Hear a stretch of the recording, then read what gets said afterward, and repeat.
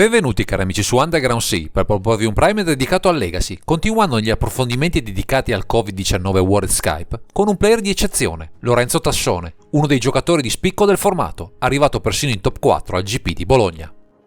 La build che presenteremo in questa occasione è a dir poco iconica, costruita attorno a una delle creature più note di questo formato old school e non solo, visto il suo potenziale offensivo, al semplice costo di un singolo mana e diverse sinergie tra le 60.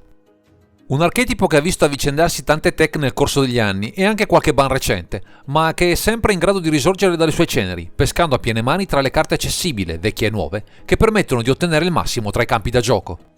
Questa volta parleremo di Izzet Delver.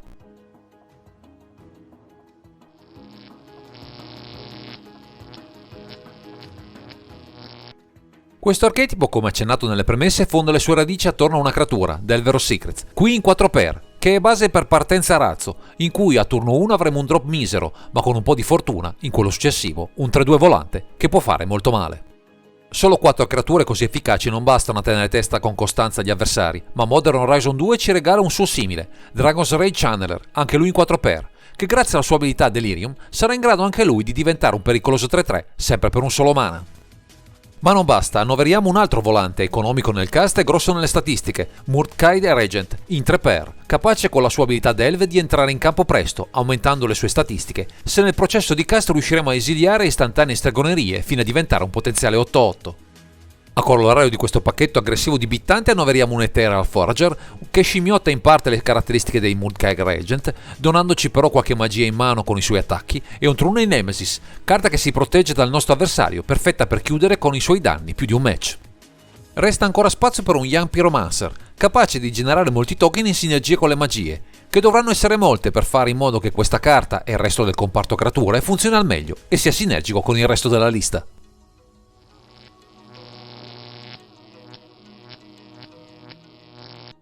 Con 14 creature puntiamo ad avviare una race tanto rapida quanto evasiva, ma a vario titolo dobbiamo avere un comparto magie ricco, che in questa build conta ben 28 tra istantanee e streconerie, numero più che adeguato per garantire che tutto funzioni al meglio.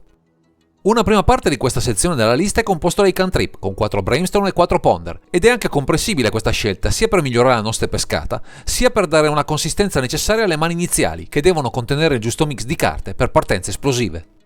Di certo, in un meta interattivo e veloce, servono risposte che non intacchino il mana necessario per il cast delle creature, ed ecco che spuntano 4 Daze e 4 Force of Will, perfette per lo scopo, senza contare che possono proteggere le nostre giocate, ma anche alimentare in fretta il cimitero, per accelerare la nostra azione. Un'altra carta recente aggiunta all'archetipo è Expressive Iteration, in 4 pair, ottima per farci scavare nella cima del Grimorio, ma non solo, visto che ci dà accesso a una carta castabile al volo, in linea con i costi complessivi molto bassi della build, e qualche carta in grado di non intaccare le nostre fonti di mana. Per concorrere all'assalto dei punti vita del nemico inseriamo 4 Lightning Bolt, carta iconica e versatile, adatta anche a colpire qualcosa a terra che possa impensierire i nostri bittanti, nel caso ci fosse qualcosa di scomodo che ostruisca il nostro cammino. Un'altra carta interessante sotto il punto di vista delle rimozioni è un Holy Heart, qui in 2 pair, anche lei legata all'abilità Delirio per potenziare il suo raggio d'azione, soprattutto verso i viandanti avversari che potrebbero stallare la situazione o proporci delle tech in grado di inibire le nostre combat.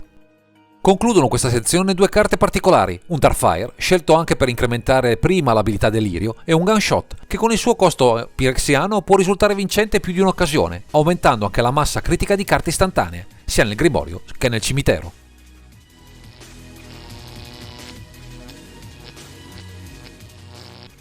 Con delle esigenze così specifiche e una velocità di attuazione molto elevata, la mana base sarà sempre messa molto sotto pressione, per cui necessita di diversi accorgimenti per risultare reattiva ed efficace in ogni situazione.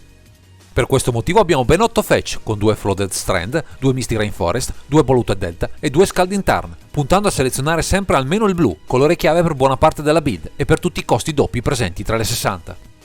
I bersagli di questo esercito di terre speciali saranno 2 Steam Vents e 4 Volcanic Island, il meglio a disposizione, senza incidere troppo sui nostri punti vita, facilitati dal fatto che abbiamo pur sempre solo 2 colori da mettere in campo per le carte a disposizione. Resta ancora spazio per una carta di disturbo per eccellenza, Wasteland, in 4 pair, qui pronta a far saltare in aria le terre speciali del nemico, che in questo formato pullulano più che mai, soprattutto con le ultime aggiunte planate grazie agli ultimi set.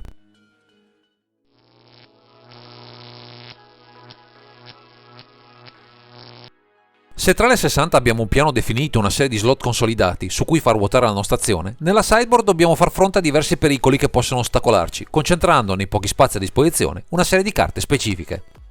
Verso gli artefatti, in particolare quelli che inibiscono le nostre combat, inseriamo una Braid e un Meltdown, che possono risolvere queste tipologie di permanenti molto sfruttati nel meta attuale. Se ci troviamo di fronte a mazzi sciame che riescono in qualche modo a bloccare con costanza la nostra avanzata, risponderemo con un End of Festivity e un Sulfur Elemental, che ci possono risolvere questo tipo di situazioni, parecchio fastidiose.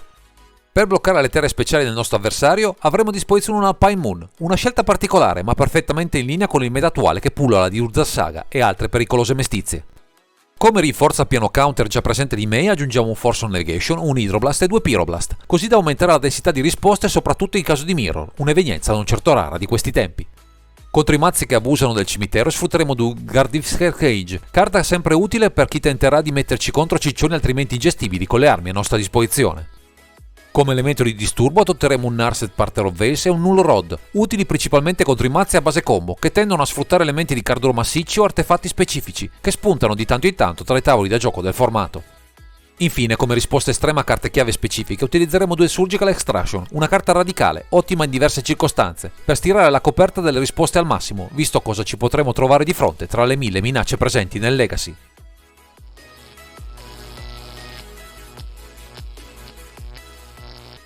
Il percorso che ha effettuato Lorenzo Tassone nei confronti di questo Izzard Delver parte da molto lontano e va ben oltre un semplice archetipo, visto che annovera nella sua storia di giocatore moltissimi risultati e piazzamenti, a partire dal titolo di campione italiano Legacy conseguito nel 2014.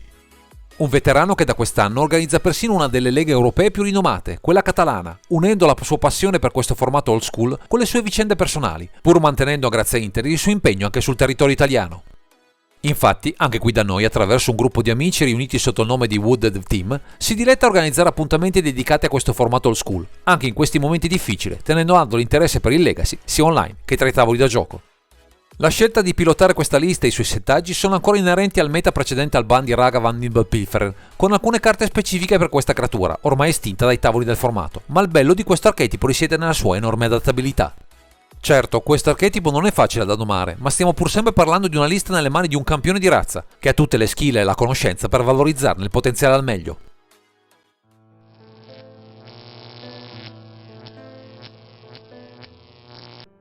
Il pieno di gioco ipotizzabile in questo Izzard Delver, a detta di Lorenzo Tassone, si muove su binari ben precisi, ma offre diverse chiavi di letture, adeguandosi all'avversario di turno e alle strategie che dovrà affrontare di volta in volta. Tendenzialmente il mazzo si comporta come un agro classico, con un mix di creature economiche ma facilmente letali, che mettono subito pressione all'avversario, costringendo a replicare, disperdendo preziose risorse, impedendogli così di chiudere a sua volta.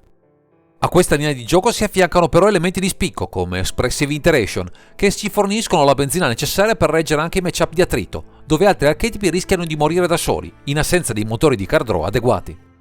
Altro aspetto importante è rappresentato dalle interazioni, a costo zero o molto economiche, da non incidere sulle fonti di mana a disposizione, risultando così sempre pronta a replicare a carte problematiche che potrebbero inficiare le nostre vittorie. Di certo questo è un mazzo tecnico, anche se lineare nei suoi comportamenti, con un board semplice a costruire, che però richiede una grande perizia nell'esecuzione, dove ogni singola giocata va soppesata con attenzione, soprattutto per proteggere e predicare al nemico. Certamente un terreno discusso nel panorama attuale del formato questo Izzard Delver, ma nelle giuste condizioni e con le skill adeguate vi saprà regalare più di una vittoria, come per il nostro deck builder che ormai lo conosce come le sue tasche.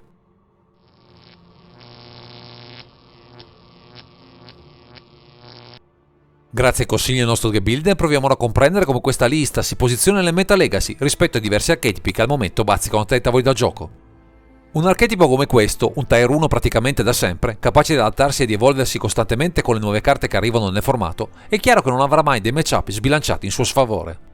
Verso archetipi combo o contro saremo sempre in sostanziale equilibrio, grazie al mix di risposte e attaccanti, che mettono in crisi chiunque, sin dal secondo turno, con conseguenti vantaggi per noi, se saremo sempre pronti a mettere la giusta pressione sull'opponente.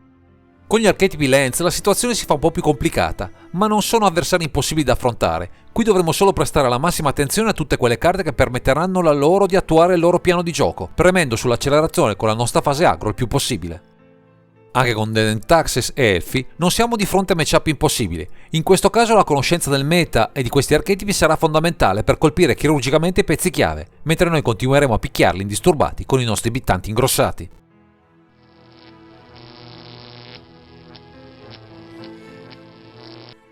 Nonostante il panorama delle carte disponibili nel formato, per Lorenzo Tassone implementare con nuove tech il suo Iz Delver non è affatto facile, anche se alcune scelte si stanno via via delineando dopo lo scossone generato dal recente ban di Ragavan.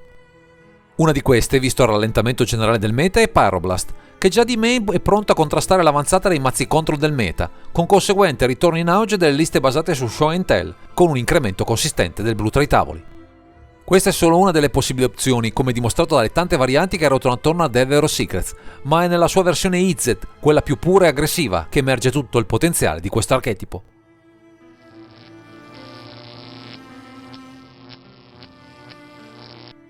Siamo arrivati al termine di questo video, ringraziamo Lorenzo Tassone per la sua disponibilità nell'averci mostrato il suo archetipo, ma soprattutto aver condiviso con noi la sua grande esperienza del Legacy, accumulata in anni di meritati successi. Se volete cimentarvi con un mazzo solido, versatile ma altamente tecnico, dove ogni giocata va soppesata con cura, questo Izel Delver potrebbe fare a caso vostro. Sarà per voi una grande palestra per impratichirvi in uno dei formati più complessi e appaganti che Magic vi possa offrire. E se volete partecipare a un futuro Codice 19 World Skype o volete saperne qualcosa di più su questo formato old school, continuate a seguirci sul nostro canale o scrivete nei commenti sotto questo video, siamo a vostra disposizione per darvi tutte le news del caso. Direi che questo è tutto per questo video, grazie per averci seguito e non dimenticate di commentare, condividere e sottoscrivere il canale per ritrovarci sempre qui su Underground Sea.